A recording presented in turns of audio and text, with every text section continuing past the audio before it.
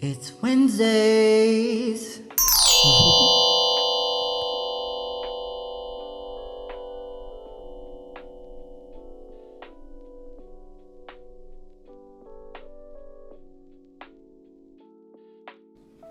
Hello, and welcome to yet another episode of Wednesdays with Woody Booby Interrupt your run-of-the-mill Wednesday to bring you another rendition of this hot-ass mess of a show. Let's go!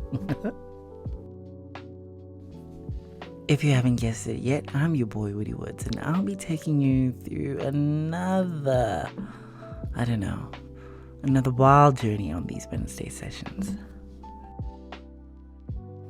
We're feeling hyped, we're feeling joy, we're feeling energized, we're ready to go. Now, before we get lost in this week's episode, don't forget to hit that like and subscribe button. It's super important. This year, I'm all about growing this podcast and really focusing on my listenership and what you guys want to hear. So reach out to me. Let me know what you guys want to hear, what you guys want to talk about, what you guys want to discuss.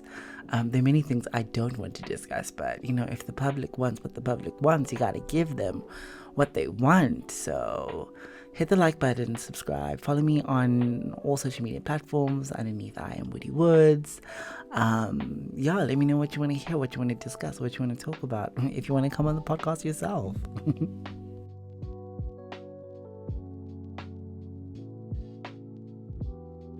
In this week's episode, we're going to be discussing Uganda's court, their highest court, upholding the Anti-Homosexuality Act of 2023, criminalizing same-sex relationships with severe penalties, and we might dip our toes into discussing body dysmorphia and gay culture.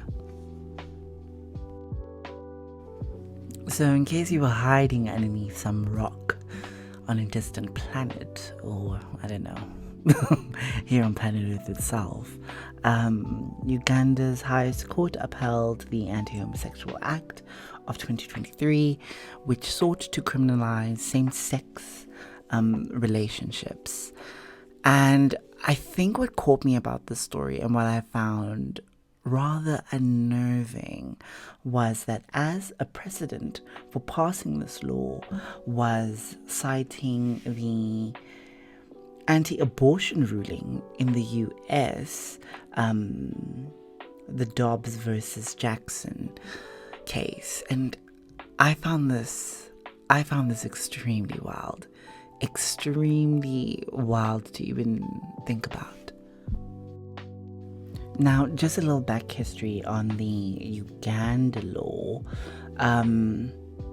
It imposes up to 20 years imprisonment, or sentences rather, for same-sexual activities, with some offences punishable by death, based on the argument of aligning with national history, traditions, and rule of law. Oi. Such a mouthful.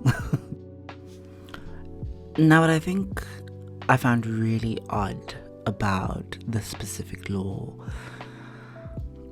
is just the erasure of gay people from history. Almost like, gay people in Africa just did not exist. And it's so unbelievable. I always feel the importance of history. The further we move down the river of time, be it significant events or, traumatic ones that really shape and mold us as human beings, due to the limited capacity of our brains to remember things as they actually are, we tend to rewrite history. Rewrite moments in our life, rewrite episodes and stories. There are things in my childhood I remember a specific way, and if you were to ask my sisters, they have completely different accounts. Both a blessing and a curse. And I suppose around a dinner table, it can be quite amusing and quite funny when you're recounting different events. But when it comes to actual history, And specifically when it comes to gay people in Africa, there are many societies before colonial rule where same-sex relationships and gender non-conformity existed in various forms. Some communities recognized and often revered individuals who embodied the dual spiritual nature of both gender roles. And I don't know what happened. Obviously, I think colonization happened. But it's really difficult to understand how in the 21st century, with all this information and all this information literally at our fingertips, we just choose to forget. The Ugandan law, as I've said repeatedly on this podcast and on different episodes, this erasure of a people and wanting to almost negate or just remove them from history is quite heartbreaking. I would say fascinating to look at, but in this context, I think it's more dangerous than anything else. That there are somewhat maybe millions or thousands of people in Uganda who identify as either gay, straight, bi, queer, somewhere on the spectrum, are now having to hide and minimize themselves and create and find very difficult spaces for them to be who they truly are. And this thing of, I don't know, it always comes back to me of this thing of wanting to separate the state and what the state needs from the individual. More and more, the state seems to be encroaching on the personal lives of those they are charged to defend and protect. And I know that Uganda has its own, its own little journey or its own little narrative going on there.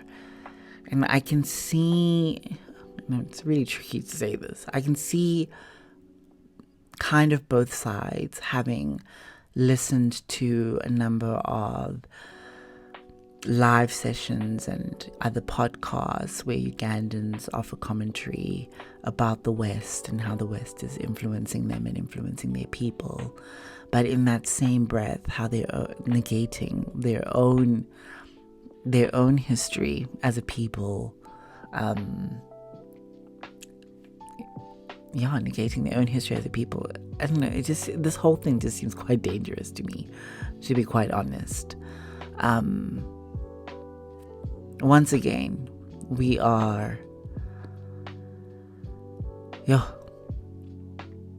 we're at a moment in history where I'm just dumbfounded by the things I'm witnessing in the world.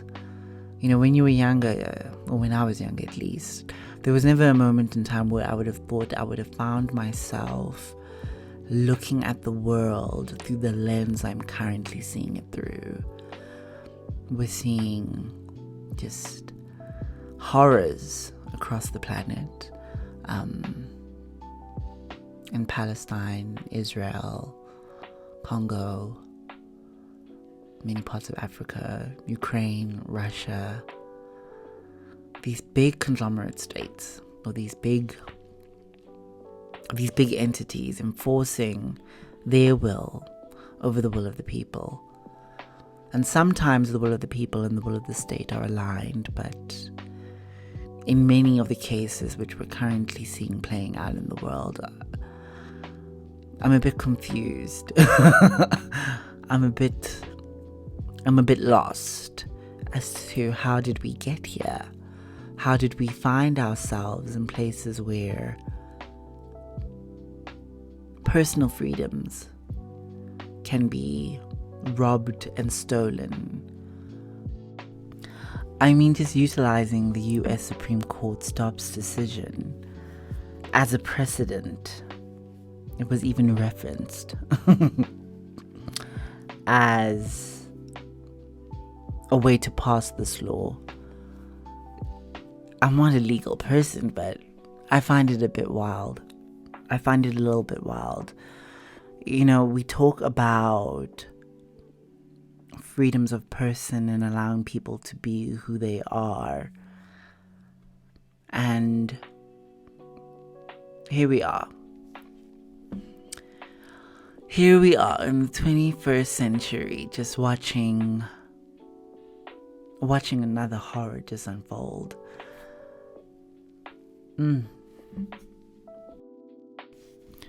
I clearly have no more words.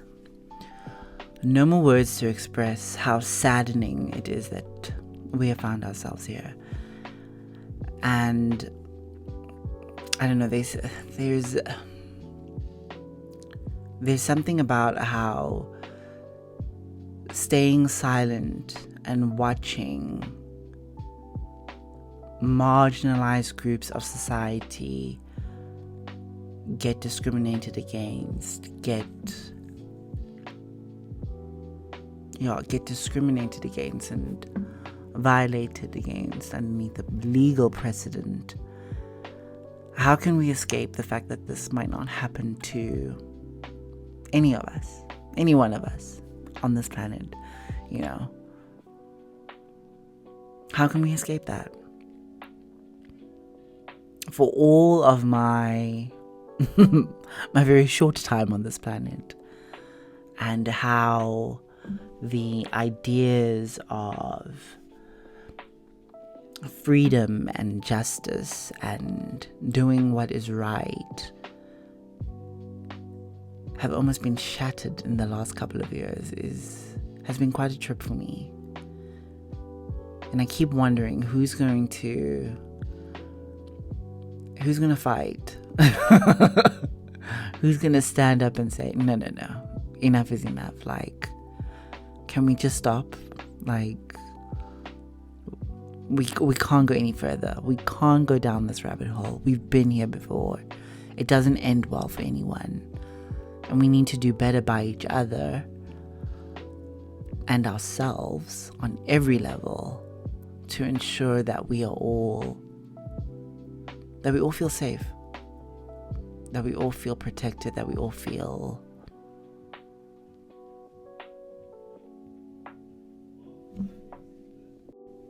that we are all equal in some sense of the word.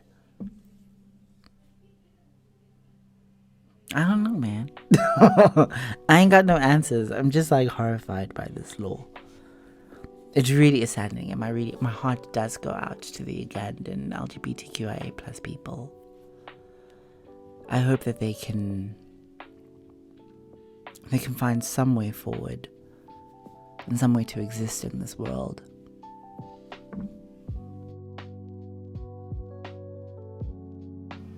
That was quite sobering. Yeah. Geez, the topics I chose this week are really quite like, oh, woody. We're not in the vibe for this. Is not the vibe that we come here for. But you know, we need to talk about these things. Like, we need to have discussions about these things, because if we don't and we just remain silent, what happens? What happens when our own rights are infringed upon? Who will come to our rescue? I don't care who you are, black, white, Muslim, Chinese, or Russian. It really doesn't matter to me. Who's going to come to our rescue if we can't stand with each other and for each other? Because the world is kind of looking kind of dark. I laugh, but it's not funny. Another article that I came across this week has got to do with gay gym culture and how it is potentially quite toxic. I mean, we knew this.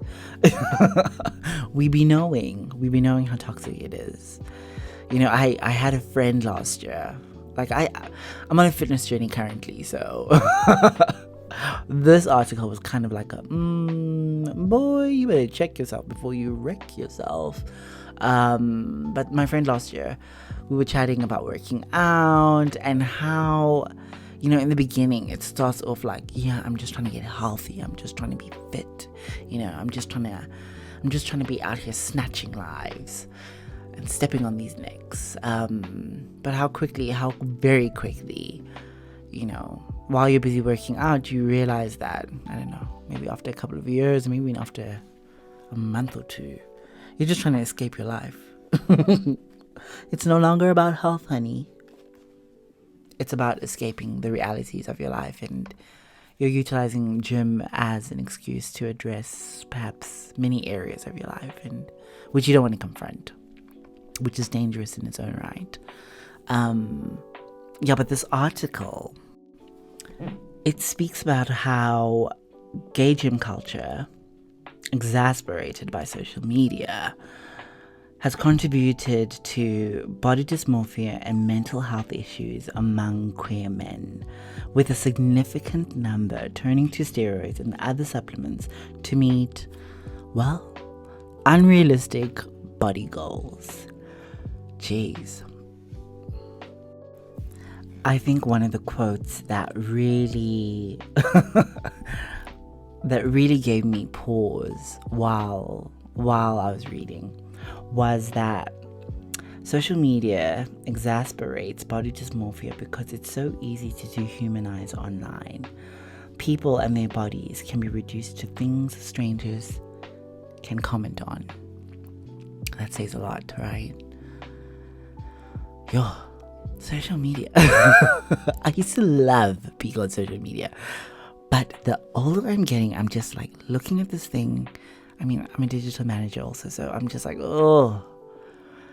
every single time I'm on social media, I'm just like, what is happening here? This used to be such a fun place, a place of creativity, a place of sharing ideas, a place of celebrating life, and I don't know, sharing stupid pictures about like what's happening in your life. I don't know if y'all can recall, like 10 years ago. Okay, wait, let me think. 10 years ago was like 2014. Yeah, I think it was pretty chilled back then. I mean, it was peaking. The dangerous sides of social media were really just, they were just ready to explode. But 10 years later, I'm just like, no, man, we have not gotten any better here. We've only gotten worse. We really have only gotten worse. And I know that a lot of people who I've spoken to about being on social media, about people keeping their accounts as private, which I just don't understand. Like, who are you? Who are you that your account is private? But that's a discussion for another day. But a lot of people say that they keep their social media presence private because they just don't want to deal with all of the haters. And another quote which runs around in my head is, who are these haters you speak about? Just show me, who are these haters in real life that you speak about?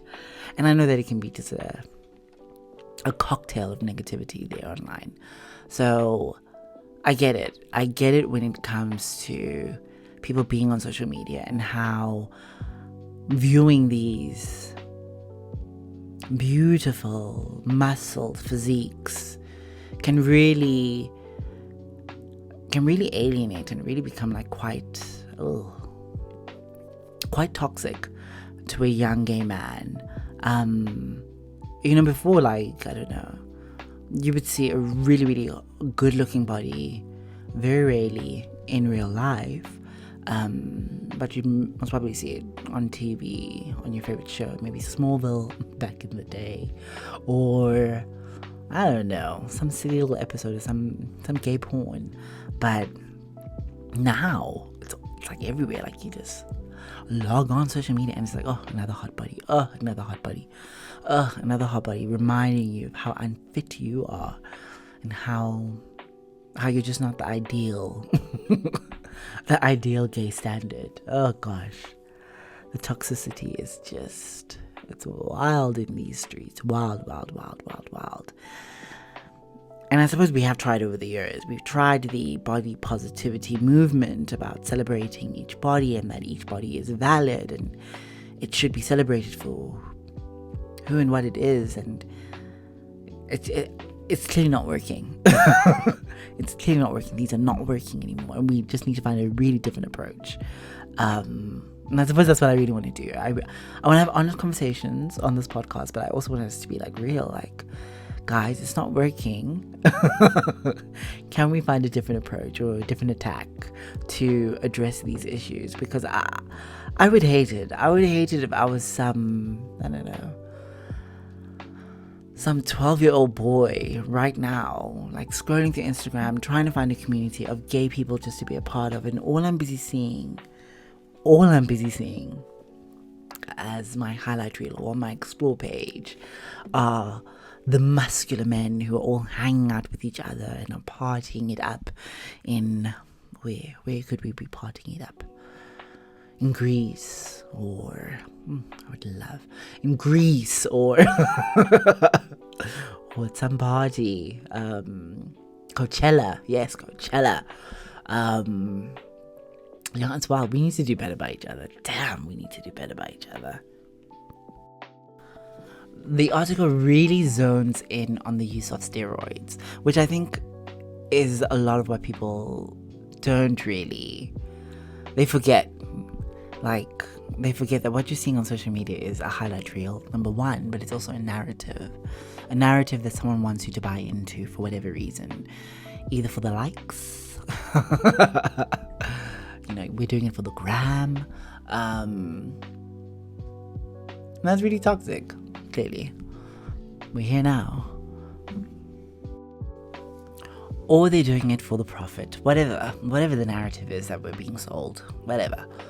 But yeah, the use of steroids in working out can obviously be quite lethal and quite dangerous. And it's really created a culture where, I don't know, we go to the gym for these unattainable physiques, thinking that we can get them through hard work.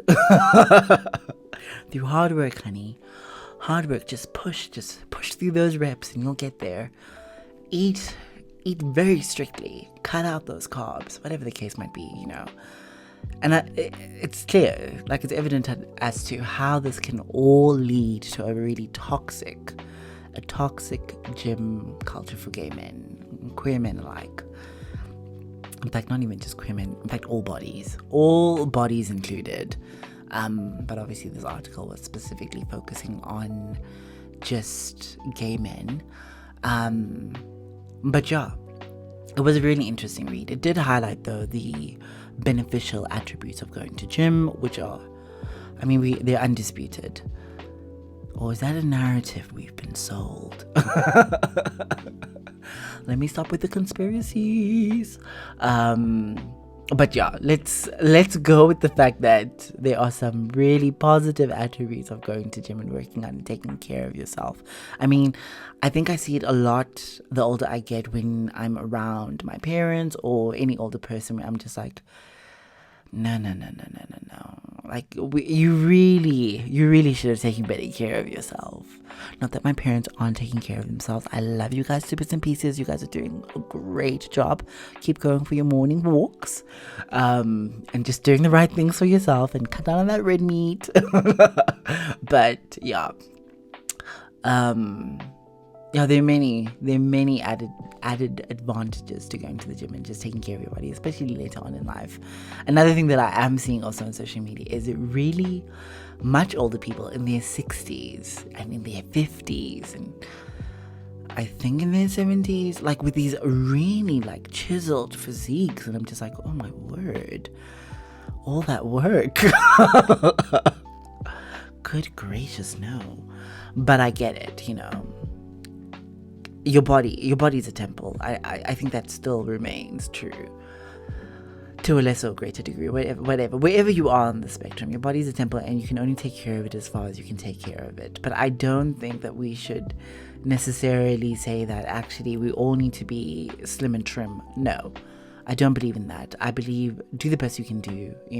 Gym is expensive for a lot of people, and if you've got access to gym, you really are in a minority. A lot of people don't have access or even have the time to be going to the gym on a daily basis and taking care of their bodies, and also buying the food that you need to buy and the supplements and whatever, boo.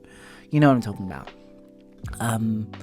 But we really need to do better at like celebrating all bodies for their shapes, their sizes, whatever, their curves, their beauty more than anything else. And that's really becoming more important to me, I think, in these dark times that we're experiencing on this planet. The importance of loving yourself more than anything else, and then trying to replicate that in your life in the many avenues and the many different connections and people you come into contact with on a daily basis. So yeah, that was this week. I mean, there were really other interesting stories this week, but I suppose the highlight was the solar eclipse. Though I don't know, on my social media it really doesn't look like that at all. But obviously this is day 2. Who knows? Maybe as the week progresses there'll be more images of the moon completely eclipsing the sun. Sorry. I'm not trying to dumb it down. I'm pretty sure it was very beautiful. The rest of the world could not see it. We couldn't see it here in Africa because, in South Africa at least. Yeah, because I don't know. No, Ryan has this weird theory that we would have seen partially. It would have been a partial eclipse for us. But I'm just like, sway. America is far, far away. I doubt we would have seen anything, but it was raining here in any case. Should we have been able to see something? It was overcast, so we didn't see anything at all, but I saw a lot of people celebrating and this camaraderie and the celebration, and I was just like, what is going on here? Y'all are wild. Celebrating the moon eclipsing the sun, but there's so many problems on this planet. Like, we need to focus, people. I'm obviously having a moment currently, just thinking about the world and thinking about the passing of time and thinking about how 10 years can just disappear in the blink of an eye, and before you know it, you're just like, I don't know, 65, and just wondering, where did it all go, honey? Where did it all go? And yeah, there really needs to be. I'm trying to do better. I'm trying to do better for my next 10 years. I'm trying to write a different narrative going forward. Hopefully I won't be this morbid for the rest of the season, and there'll be some joyous and great stories around LGBTQIA plus people and just in life in general. Come on, honey. So I'm looking forward to that. Yeah. I think that's it for today, y'all. Thank you once again for tuning in, for giving me your ears and your time, and for just listening to this podcast. I really do appreciate it. I really try to bring you some good content, or try to bring you whatever's running around in my head, so we can have a discussion. We can talk about things that really matter in this world, or don't matter in this world, actually. The fluff stuff, the heavy stuff, the important stuff, whatever it is. We can discuss it all. So thank you once again for lending me your ears and your time, and I hope to see you guys next week on another episode of Wednesdays with Woody, when who knows what on earth we'll be discussing. What on earth will have happened a week from now? Good Lord. Enjoy your week, y'all.